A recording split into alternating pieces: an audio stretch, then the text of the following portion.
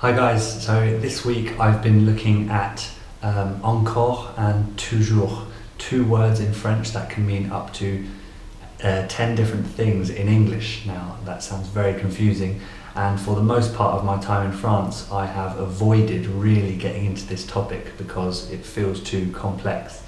But the truth is it's not as scary as it seems, and I'm very happy I went through it this week because a few things have been cleared up for me. And again, I can feel more ease with the language after this week. So here are three top things that I figured out this week, and I hope they help and are useful to you. First one is that encore and toujours can both mean still. Now, I've been happily using toujours the whole time I've been here, and it works every time. It's absolutely fine, but I like the subtleties of the language, and to feel more at ease with it, I like to know the details.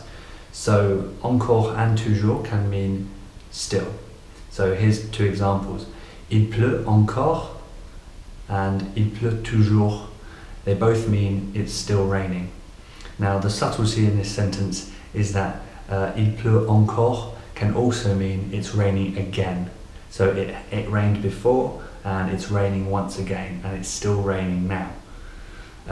So obviously it depends on the context and whom you're talking to, but essentially they both are absolutely fine to use if you want to say it's still raining. Another example is j'ai encore faim and j'ai toujours faim. I'm still hungry.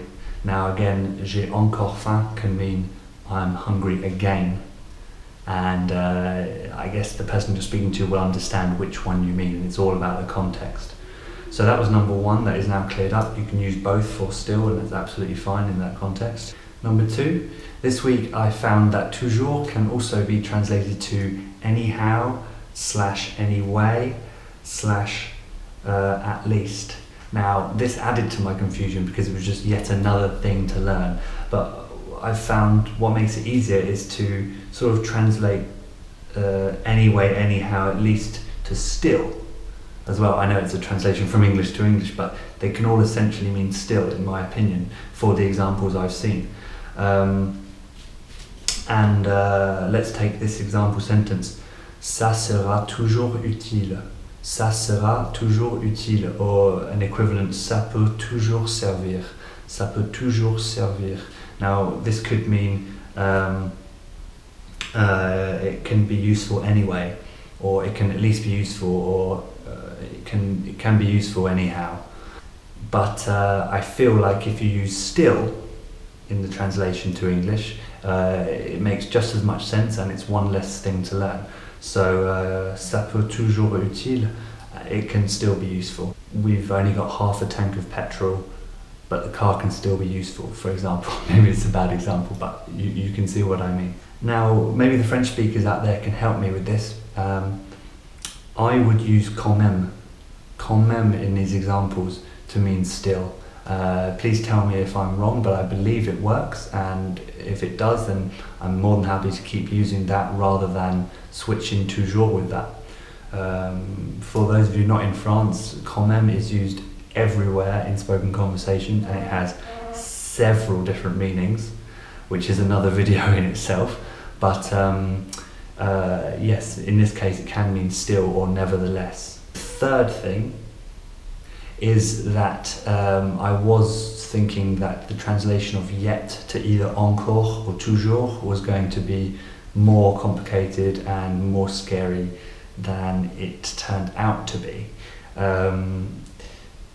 Basically, you can use yet and still to mean the same thing in English, like I'm not ready yet, or I'm still not ready. Essentially they mean the same thing. It's the same in French. So for an example, let's use the English example I gave a second ago. I'm still not ready, or I'm not ready yet.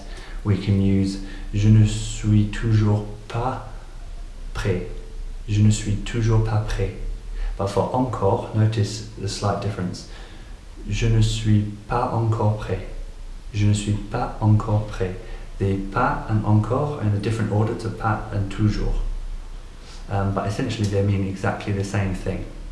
So there you go, there's 3 really interesting things I found out this week about toujours and encore, and it's already seeming more manageable and easier to stick in my head than it did this time last week. So I'm really happy I spent the time looking into it, and I hope you guys find it useful and can integrate it into your French learning as well.